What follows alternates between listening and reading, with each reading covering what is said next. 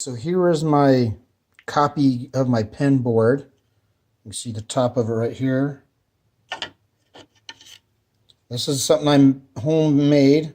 I cloned to the board that was currently in my Penn Downrigger, and I had that one etched. I built a little tester box here to simulate the Downrigger. Solder joints aren't all that great, but it works. So right now we've got, as I turn the power on, there's power now going to the board.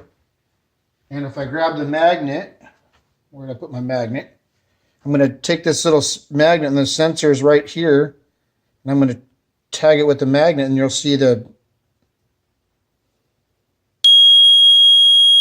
LED comes on and the buzzer comes on. Do it one more time.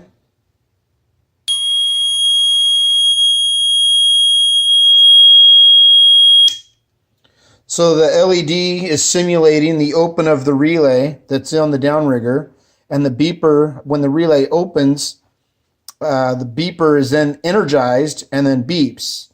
So that's how that circuit works. This is my first one. I troubleshot it for a bit, and I found I had one diode that had a bad solder joint. And other than that, it's running perfect. There's another look for you. Thank you very much.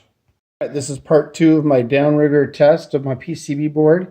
As you can see, this is a different board, but it's still the same parts. Here you can see the relay and the switch and how it's wired in there. And here's the motor. And what we're going to do here is we're going to take this scale gizmo here, and we'll see where the magnet's on 0. We're going to turn it on, and we're going to have it stop. So there it is. Roll this up. Hit 0. It stops, so you can see that this board does work. Stops and beeps.